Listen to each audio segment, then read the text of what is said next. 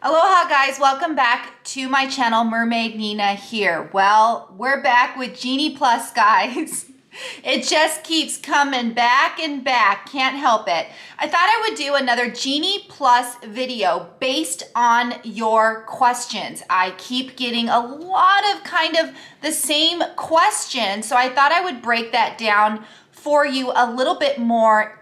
And a lot of these questions are family related. You know, Nina, what do I do about rider swap? What do I do if half of us want to ride this, half of us want to ride that? Also, since Genie Plus has rolled out, certain things have kind of changed, you know, regarding, you know, the way you might want to, you know, do Genie Plus when you're at the theme park, especially when you are a family, because depending on if you have teens who want to do all the crazy stuff, or maybe you have little kiddos who are happy doing kind of the easy breezy rides, your game plan on how you would go about this could be different. So we're going to kind of talk about all of those things in this video. So hopefully this makes sense. But first, I gotta point it out, guys.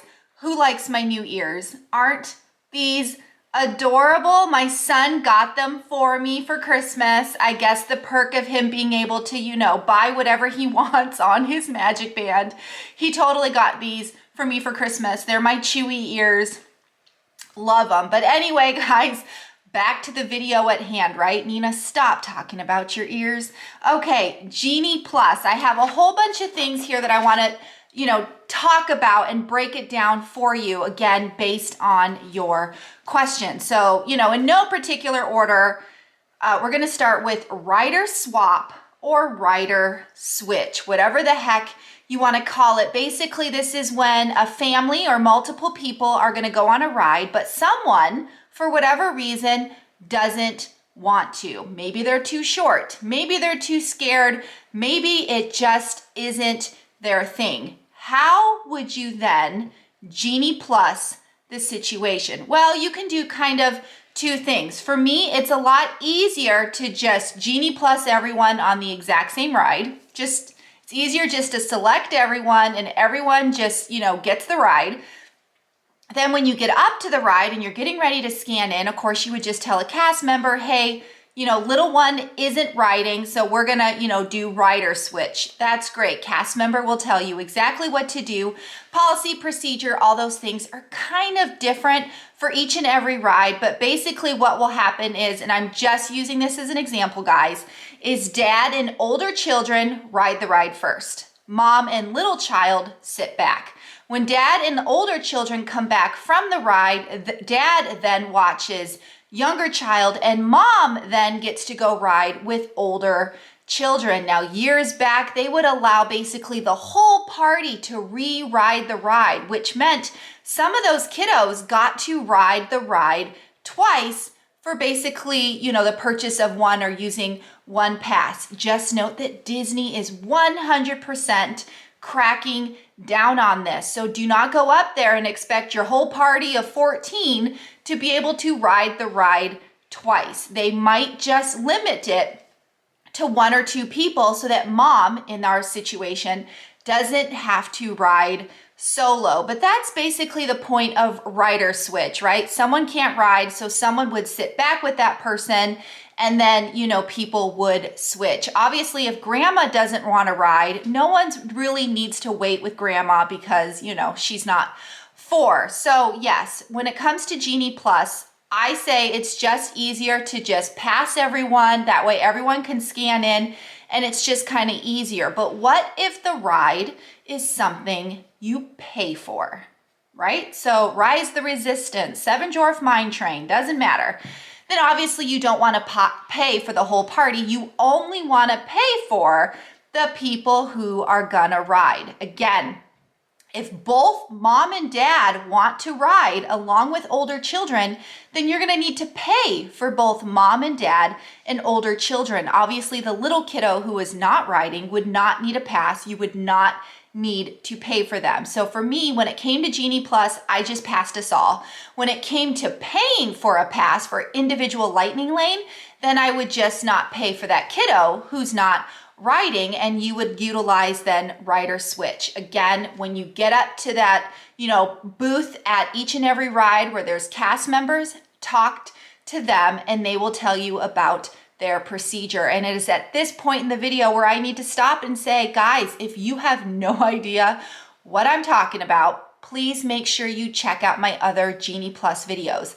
I have a video where I basically explain all 3 new systems step by step so you get an idea of what they do. Then I have another video where it's kind of like my top 10 tips and tricks involving Genie Plus, kind of how you would then use the system. So if I'm already confusing you, make sure you check out those other 2 videos first. This video is more or less designed for people kind of who already know the stuff, but have additional questions. So hopefully you guys kind of get that. So yes, so that's the situation with rider swap. Hopefully that makes sense. Next thing is basically splitting up, or when you have a situation, family of 4, family of 5, again, this is more of a family-based video, but it works in any situation. Let's just say dad and older kids want to ride a coaster. The little kiddo does not. And mom, well, she doesn't really care because she's just there to go with the flow.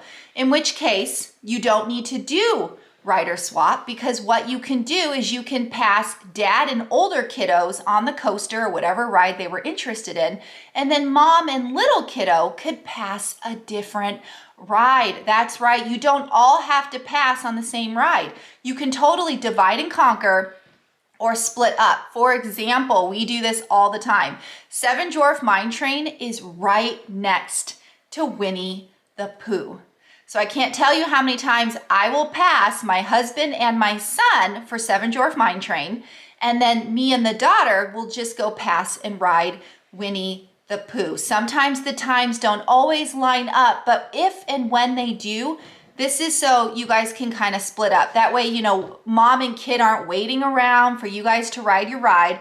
Mom and kid get to do something too. So just note that you can indeed break up the party a little bit and ride different rides. Same thing like Barnstormer and Dumbo. Barnstormer isn't a crazy coaster, but maybe a really little kiddo might not be interested. Mom or dad and little kiddo can go ride Dumbo, while the older kids can go do Barnstormer. So yes, absolutely, you can divide and conquer and split up these passes. Next question is, Nina, what happens if the ride breaks down? So if anyone knows anything about Disney, that is rides, well, they break down. Sometimes they break down for a good chunk of the day. And if you have either paid for a pass or you have gotten a Genie Plus pass for that ride, what do you do if the ride breaks down? So, and this is, of course, is ideal. What should happen, right? Disney loves to have glitches in their technology, but this is what should happen, right? So let's say you pass Haunted Mansion. You went ahead and you Genie Plused Haunted Mansion for the whole party, whatever, and then all of a sudden you notice that Haunted Mansion broke down. Well, what do? You have a pass and you can't get another pass until you ride Haunted Mansion, and what do I do?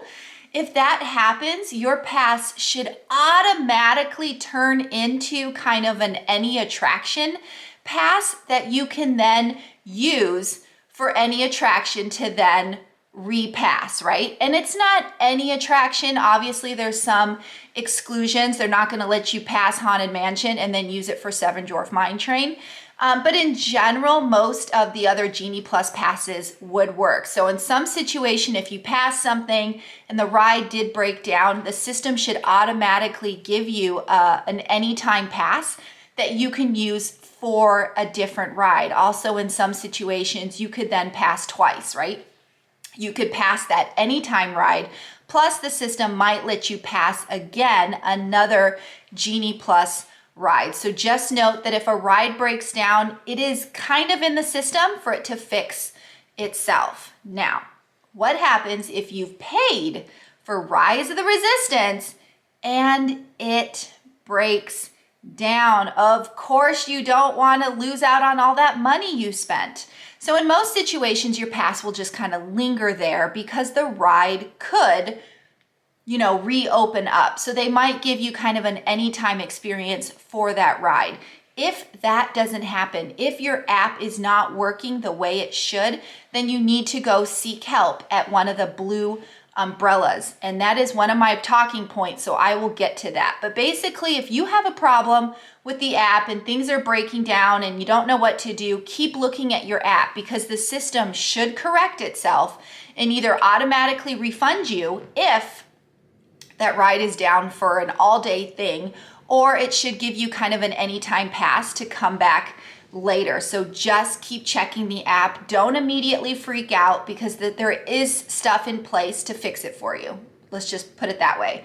Next thing is, I get this question a lot, and I didn't think to put this in my other video, so we're gonna talk about it now. Nina, who can technically get these passes? So I get a lot of questions where mom, just using mom as an example, mom booked the trip, mom has the main account on her phone, but mom, she doesn't good at technology, she doesn't want to bother with technology, she doesn't want to open her phone during the trip like at all. But dad's all about it. Dad wants to stare at the app, dad wants to get all the rides. Well, if mom has the trip booked on her account, how can dad then get the passes? I get the same situation where mom and dad book the trip. Mom and dad are clueless. They have no idea about this technology. They don't care, whatever. But the teenager cares. The teenager knows, and the teenager wants to get the passes. Whatever your situation is, similar to my little scenarios I'm giving out here, is basically whoever is lead guest, grandma, mom, dad, whoever, if you just give the person who wants to do all the tech stuff your login and your password, they can just log in as you and get the whole group passes, right? As long as you are all linked, that person can get passes for everyone, up to about 10 people. Once you've reached about 10 or 12 people, sometimes then you need 2 accounts. So rather than, teenager getting their own account, dad getting his own account separate from mom's account, I really think it's easier to avoid all the potential Disney glitches that are out there. And yes, they are out there. Is to just make an easy login, an easy password for your whole family to know about. And that way, whoever is the best person for the technology, have them do the passes. So it really is something that you can kind of just pass on to someone else in your household and just make it easy. But yes, technically, one person can pass for the whole group. You have 2 rooms staying together. If both rooms are connected together on the app, then yes, one person can get passes for 2 rooms full of people, assuming you're not above that 10 to 12 person point, right? If you're 14 people, you might have to divide and conquer a little bit. Hopefully that helps. Next point is the blue umbrella. I have talked about this before. I mentioned it a little earlier. So let's say you have an issue with Genie Plus, individual lightning lane, a ride broke down, maybe some other issue, maybe you can't add Genie Plus to your app, whatever. You don't want to go to a normal everyday cast member because they can't help you, unfortunately. That is not their reference point, right? That is not what they do. They don't have the app and the thing in front of them so that they can fix it for you. What you want to do is go to one of the blue umbrellas, one of the guest service teams. Disney has put up these giant blue umbrellas stationed all throughout the park. You can't miss them because they're pretty big. And there are specific guest service team members under those umbrellas that are to help you specifically for Genie Plus, individual lightning lane, other sort of app-like problems. So rather than waiting in line to talk to the cast member at the ride or the cast member at the gift shop, they can't help you. You have to go to the blue umbrella. So just bypass all that other waiting in line and, complaining to the popcorn seller. Just go straight to the blue umbrella. Hopefully that helps. Another question I get, and I did touch base on this in both of my videos, I'm pretty sure, is, Nina, what do I pass first? Rise the Resistance or Slinky Dog? Or a question of similar situation. I get a lot of you who write in, which I love, by the way, but you're telling me your whole life story. Grandma's flying in to meet dad and you're staying on these dates at this resort and you're going to this park and you've got 2 kids and they're this age, and what should you pass first? I get those questions a lot, guys. You need to do your research. You need to plan ahead. Today, right now, in this moment when I film this video, Rise of the Resistance might go faster than Slinky. But when you go, Slinky might go faster than Rise of the Resistance. So it is up to you to do your homework. A week before your trip, you want to get out your phone. You want to click the 3 dash lines in the right-hand corner and you want to hit Tipboard. And at 7 a.m., you want to watch and see and refresh. What went first? Was it Rise of the Resistance or was it Slinky Dog? This will help you determine what you should do when it's your turn. The other questions I get that are similar to this, what should I book first? My Genie Plus or my individual lightning lanes? Again, it depends on the ride. Obviously, if I look at my cheat sheet here, Seven Dwarf Mine Train is going to go faster than Space Mountain. Both of those are individual lightning lanes at Magic Kingdom. When it comes to Disney's Animal Kingdom, Flights of Passage is going faster than Expedition Everest. But when it comes to Hollywood Studios, this is why I keep mentioning Hollywood Studios, is there is an issue between Slinky Dog, which is a normal Genie Plus pass, right? And Rise of the Resistance, which is an individual, you pay for a pass. Both of them have been going lightning fast to the point where anyone who is staying off property can't get either. Well, they can get the Genie Plus, they can get Slinky, but they can't get the individual lightning lane because by the time they're able to book it, it's already gone. So depending on your situation and your day and your trip and all those things, you do have to do the homework and you have to look at the tip board a week before and figure out in your situation which ride is going faster than the other ride based on what your plans are and what you want. So I actually can't tell you which one's going faster, Rise or Slinky Dog, because it just keeps changing. So hopefully that kind of narrows that down a little bit for you guys. So the other question I get, which is I was going to do a whole video on this anyway, but we're going to go ahead and knock it out now, is how should I attack Genie Plus and getting these passes? So I did a whole couple of videos where we talked about stacking. Stacking has kind of changed since this has all been put out. Basically, more and more people are now purchasing Genie Plus, which is affecting stacking. So all those videos where I talk about stacking and I tell you how to stack, I do note in the video that stacking could change. Stacking has changed. Right now, it's really difficult to stack a bunch of rides in the afternoon because a lot of times those rides are already gone, so you can't really stack. But we're going to get into it. So the first thing I want to note is Genie Plus is not perfect. It is not a perfect system. You are not going to get all the rides that you want at all the times that you want for all the days you're going to be there. It's just a thing. We were there over Christmas just recently. We mostly, for most of the parks, got about 4 to 5 passes under the Genie Plus system daily. We 100% also had to wait in line for rides as well. So you kind of have to know going into it, the system isn't perfect and you are going to have to mix and match both waiting in line and the individual lightning lane passes. You're not going to be able to just pass your way through for all of eternity all day long. Some random days throughout the year, perhaps that's true. But right now, Disney is busy. It just always is busy. It's just busy, guys. So the fact of the matter is you're not going to get everything you want, especially at the time you want it, every day that you want it. So just know that going into it.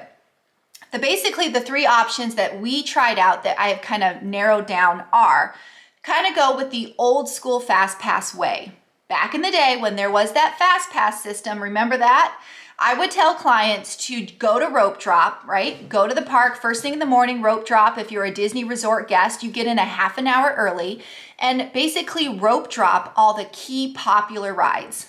Your Slinky Dog, your Seven Dwarf Mine Train, even Jungle Cruise. and perhaps Peter Pan. We are always rope dropping Peter Pan. Go ahead and just rope drop those rides and get her done. That way it won't matter what time the Genie Plus pass time is because you already rode it. And then once you've done that, you can start kind of stacking rides for later in the afternoon, because nothing has really changed in Disney with the flow of guests, right? The old Fast Pass system, I would tell everyone to rope drop and run to rides first thing in the morning. And then starting about 1 or 2 o'clock, the crowd levels pick up. And that's when I would tell people to start fast passing rides. So you would have fast passes lined up at 2, 3, 4 o'clock in the afternoon. You can absolutely do that with Genie Plus. You can kind of just run to rides, you know, maybe the really popular ones that you don't want to have to worry about, you know, riding or, you know, passing. Get her done. Then in the afternoon, you can Genie Plus kind of the smaller rides that have lower wait times, you know, your Small World, your, I can't even think of, Haunted Mansion, Pirates of the Caribbean, stuff like that. So that way you are kind of riding everything you want, but you're mixing the whole wait in line with the skipping of the line together. Hopefully this makes sense. The other option is to pass ride, pass ride, pass ride. So I have several videos out right now with us actually in the parks doing this system. I would get up at 7 a.m. and, for example, Magic Kingdom, I would pass Jingle Cruise. For us, it was Jingle Cruise. For you, it will be Jungle Cruise. And I would pass Jungle Cruise because Jungle Cruise right now is a good 45, 60 plus minute long ride. And then if you make it to rope drop, you can run to Peter Pan, or you can run to Seven Dwarf Mine Train, or whatever it is you want, and then have Jungle Cruise already ready for you and passed. So then when it's time for you to ride Jungle Cruise, after you've scanned in 2 points, most rides are a 2-point scan zone. Once you've scanned in both those points, while you're in line, while you're waiting for your Jungle Cruise boat, you can book your next ride. So for me, we tried to avoid being what I like to call a human ping pong ball. So we would just, you know, based on the map or the flow of the park, we would just try to pass the next ride in the area. So for us, that was Pirates of the Caribbean. But if Pirates of the Caribbean had like a 15-minute wait, then we didn't pass it. There's no need to pass a ride that is that short. So we knew we could just go over there and ride it. But if something like Haunted Mansion or Splash Mountain had a little bit of a longer wait, then while we were in Jungle Cruise, I would pass Splash Mountain or Haunted Mansion, knowing that by the time those rides were available for us to actually ride, we could then finish Jungle Cruise and then ride Pirates with, say, a 15-minute wait. If there was still time left over, maybe we would kick back and go ride, you know, Aladdin's Magic Carpets or go do Tiki Room. So you kind of have to have a game plan of what you want to ride and what you can ride and what you're possibly going to pass going into it. And I know this is so confusing, but if you get a park map and you look at it and you look at the tip board and you figure out how long these things are taking and how long the wait times are, you can kind of mentally prepare for it. So in our situation, you know, riding Jungle Cruise, we would pass Haunted Mansion. On our way to Haunted Mansion, we would ride Pirates and Tiki Room, and maybe we had lunch, who knows, depending on the time. And then by the time we clicked into Haunted Mansion, I was already prepared to pass, say, Peter Pan or It's a Small World or whatever I wanted as I'm moving along the path of the map. So I'm not being a human ping pong ball going from place to place. I'm kind of going with the flow. I will note that since Genie Plus has come out, the biggest thing I've noticed is there is a lot of people, and I mean a lot of people, just waiting around. They're just sitting there on the curb, on the floor, eating popcorn, staring at their phone. You can tell they're literally waiting for the next pass to start because they perhaps weren't prepared to stay in the same area, because instead of waiting, they could have been on Tiki Room. They could have gone on Aladdin's, you know, Magic Carpets, which at most has a 15-minute wait. So you don't have to just sit and wait if you don't want to. There's other things we can do. On our way to a Haunted Mansion one time, we still had about 30 more minutes till our pass started. We just rode the Liberty Bell. Why not? You just fill in the blank with something else that's in the area. But yes, so that is one option, is to pass ride, pass ride. As soon as you click into the checkpoints, you would then pass your next ride. As soon as you're in those checkpoints, you then pass the next ride. On your way to the next ride, you can ride other little rides in between, perhaps waiting in line for them. Hopefully this makes sense. So the third option, which isn't really working as well anymore, is stacking for later in the day. So like for us on Christmas Day, we had breakfast reservations at Ohana. We weren't getting to the park till like 1 or 2 o'clock anyway. So for me to pass something at 7 a.m. for a 9 o'clock ride, I knew we weren't gonna make it. So at 7 o'clock, I waited and waited until the ride that we wanted had like a 1 or 2 o'clock return time. Then I passed it. Then 2 hours after park opening, so let's say the park opened at 9, then at 11 o'clock, which again, I'm at Ohana's eating breakfast, I'm not at the park yet, I could pass another ride to ride later in the day. At this point, all the ride times have moved along, so maybe the ride I found was a 3 o'clock pass time. So then by the time I got to Magic Kingdom, I already had a 1 or 2 o'clock ride. Then I had a 3 o'clock ride. And then after 11, you wait another 2 hours, 1 o'clock, I could do another one. So as long as you're waiting every 2 hours, you can keep stacking. However, right now, as I film this video, which is in the morning, by the way, just a little secret, I'm filming in the morning, a lot of these rides that I'm mentioning already have like a 5 or 6 o'clock Genie Plus return time. So it can be rather difficult to stack later in the day as passes are just going quickly. I'm just gonna be honest. Again, I warned you, it's not a perfect system. The more people that do this, the harder it's gonna be to do these tricks of the trade, right? Do these stacking situations. So just know that going in advance. Again, this is why I say to check the tip board a week before your trip. If you're noticing that you can't stack passes because by the time 11 o'clock rolls around, Jungle Cruise is already at 9 p.m. and Haunted Mansion is at 7 p.m. and Buzz Lightyear is at 8 p.m. or whatever the times are, then that means stacking isn't really going to work for you because it's all too late at night.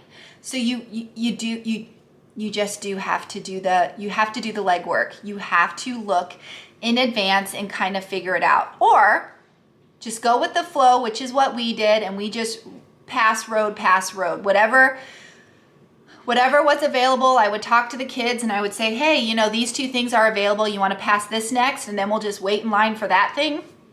Sure, Mom, we'll do that. So that's kind of how we did it. We kind of did it a little bit more, I don't want to call it a lazy approach because I definitely knew what I was doing, but because it was so crazy and so busy, I knew we weren't going to get everything.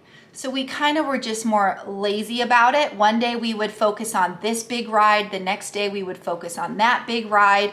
And I wasn't trying to, cram everything in because you just can't when it comes to Genie Plus. You will have to wait in some lines, which brings me to the next topic. It is hopping. A lot of you will tell me how you're going to do this park in the morning and you want to do these rides, but then you want to hop to this park and you want to go to those rides. Great. Genie Plus and Individual Lightning Lane both work with hopping. And you can get those passes pretty much anytime you want. But since you can't hop till 2 p.m., you cannot get your passes for your hopping park at 7 a.m. unless the time that they give you to ride that ride is after 2 p.m. So you might have to kind of like stare at your phone and refresh till, Ratatouille comes up at 2 p.m. and then you can pass it. Does that make sense? So if you're starting at Magic Kingdom and you're hopping to Epcot, Ratatouille, right? And you want to pay for Ratatouille, which is fine. You can't pay for it until the time shows up at 2 o'clock or later. So it might be 7 a.m., but if Ratatouille is at a 10 a.m. and then you keep, 12 to pass it, you got to keep doing it till it's an after 2 p.m. to pass it, then you can buy it. Does that make sense? The same thing with Genie Plus. You can't decide that you want to, pass Soarin', again for that hopping situation, until the Soarin' time that comes up is after 2 p.m. So you kind of do have to keep looking and refreshing and refreshing. Hopefully that makes sense. Another question I get is kids under 3. Nina, do I have to get a Genie Plus pass for my 2-year-old? The answer is no. Your 2-year-old does not have a park ticket. If anyone in your party does not have a park ticket, you cannot Genie Plus them. You cannot get them a pass for a ride if they don't even have a park ticket. So if you don't know this, any child under the age of 3 is free, which means they just go with the flow and do whatever. You do not have to worry about Genie Plussing them. You don't have to worry about individual lightning lane them. They are free. They just go with the flow, whatever the family is doing. That kiddo could affect you with the rider switch, however. So if your whole family wants to ride a ride, but the 2-year-old, doesn't want to ride the ride, you don't get them a pass anyway because they're 2. And then you would just do rider switch at the ride. So yeah, 100% guys, if they're free, they don't have a park ticket, you can't pass them. That's just how it works. The other question I get is teens. Nina, okay, I get the whole pass ride, stuff, but what if I have a bunch of teenagers? What if they want to do the big rides? They don't really want to do the little rides. I mean, maybe they'll do them a little bit, but their goal is the big rides. This is when you need to think about all of that and figure out what rides they want to ride. So I will keep flashing this up, but this tells you exactly what rides Genie Plus covers and what rides individual lightning lane covers. If you are a family with a group of teenagers and the only things they really want to ride are the ones you have to pay for, then obviously you would put individual lightning lane ahead of Genie Plus. Does that mean you don't purchase Genie Plus and you just purchase individual lightning lane? Maybe. If your kids are not interested in any of the Genie Plus rides, you just want to save time by skipping the line on the individual lightning lane rides, then you can absolutely do that. You cannot purchase Genie Plus, just purchase individual lightning lanes, skip the line for, Rise of the Resistance and Mickey and Minnie's Runaway Railway, and then wait in line for all the other rides. But then you have to remember, that means you're waiting in line for Slinky Dog, which is a good 90+ minute wait. It also means you have to wait in line for Toy Story Mania, which later in the afternoon can get up to 50 to 60 minutes. So just again, this is when you have to do your research and look at things the week before and decide that maybe, just maybe, even though you have teenagers who just want to do the really big popular rides, you might be doing Genie Plus individual lightning lanes. Plus at, Magic Kingdom, that Big Thunder and Splash Mountain are on the Genie Plus plan. And those are considered big coaster rides. So same thing, Tower of Terror and Rock and Roller Coaster over at Hollywood Studios, also on the Genie Plus plan. So you may be getting both systems. The last question is kind of a big one. Again, I feel like I keep giving the same answers for everything, which is you have to do your research. But Nina, do I really need Genie Plus for all 4 parks? I have watched all these other videos and everyone keeps saying that you only need it for Magic Kingdom or Hollywood Studios. Again, you have to look at the list and see what rides you actually want to ride. And you have to kind of look at the plan, the day, the week before and see how long these lines are. If you want to just wait in line for the other rides at the parks that you don't, need Genie Plus for, and you kind of have to figure it out for yourself. I will tell you that a lot of those other videos out there are locals who can just get up, figure it out for the day, and then they go home and they can ride that ride whenever they want. It's a little bit different when you are a family and you are traveling to Disney World. Maybe this is your once in a lifetime trip. Maybe this is your once every other year trip.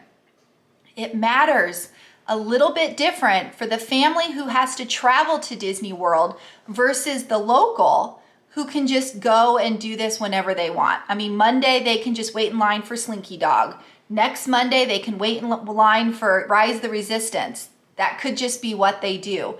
When you're a family and this is your big trip and you've spent all this money and you've saved, it might just be more worth it to you to pass all 4 parks. But again, the whole like it's better at Magic Kingdom and Hollywood Studios is kind of obvious, because if you look at the sheet, again, I'll put it up.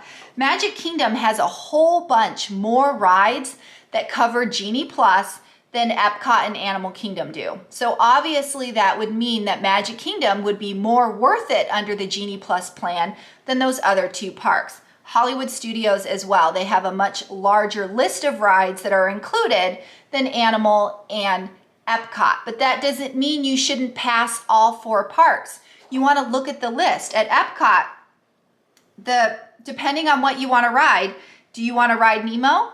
Do you want to ride Test Track? Do you want to ride Soarin', Mission Space, Spaceship Earth? If you said yes to any of those, that's already 4 or 5 rides that you could legitimately pass and skip the line on. For me, I don't need to worry about skipping the line on, the Pixar filming or even Figment. Living with the Land, I can live without. Mission Space, oh please, you're not getting me on that ride. But Soarin' can get pretty long. So yeah, I would love to pass Soarin'. Spaceship Earth, we were just there. That was easily 50 minutes. Yes, I would love to pass that. Test Track, yep, 60 to 90 minutes. Yep, I want to pass that. Nemo, although 35, 40 minutes, don't really need to pass it. It is a fun, cute ride that my kids love to ride. Turtle Talk with Crush, whatever. But I just named at least 4 rides that I would like to pass. Is it worth it to you to skip the line on just 4 rides? Only you can decide that. So you have to look at the list and figure out if it's worth it to you or not. Don't base it just on what the other YouTubers or other bloggers say. Because again, most of them are local, and it's clear why Magic Kingdom and Hollywood Studios would be more worth it, because the list is just longer for them. There's more rides you can get for them, and there's a little bit more popular rides on those lists. So just again, you kind of just have to look for yourself and not just trust what everyone else says. Like I said, we roughly, even at Animal Kingdom and Epcot, the whole 2 parks that it's not worth it for, we passed a good 4 rides. And we're pretty happy at that, because a lot of those rides were on the longer side for waits. So again, by the time you combine, say 4 Genie Plus rides that you skip the line for, and then a few rides that you did wait in line for, as they average out, did you get to ride 6 to 8 rides in one day using both Standby and Genie Plus? Do you call that a win? Then great. So anyway, guys, hopefully, again, this isn't too confusing. If it was, you got to check out my other videos where I explain a lot about what these 2 systems are. In general, my personal take on Genie Plus is it's the only way you guys can skip the line. So is it worth it? Yes. It's worth it because it's working. Is it worth it to you? Well, that just depends on, the amount of money you're willing to spend to skip a line. But I will tell you, most of my clients and everyone I'm talking to, they have no problem paying to skip the line to maximize their trip. Again, as a travel agent, I am booking trips for clients. This is their once in a lifetime trip. This is their trip where they get to go to Disney once every 2 years. So by the time you have saved and you have planned and you have finally gotten to Disney World, to pay to skip the line is worth it to most of my people. So just know that going in advance. Obviously for locals, it's probably not worth it to them because they just come from a different frame of mind. I am not dissing locals, absolutely love locals. I have many friends who are locals. It's just they come from a different place in their planning and how they're going about their trip. People who have to fly there and do kind of longer week-long trips, it's different for them than it is a local. That's all I'm trying to say, guys.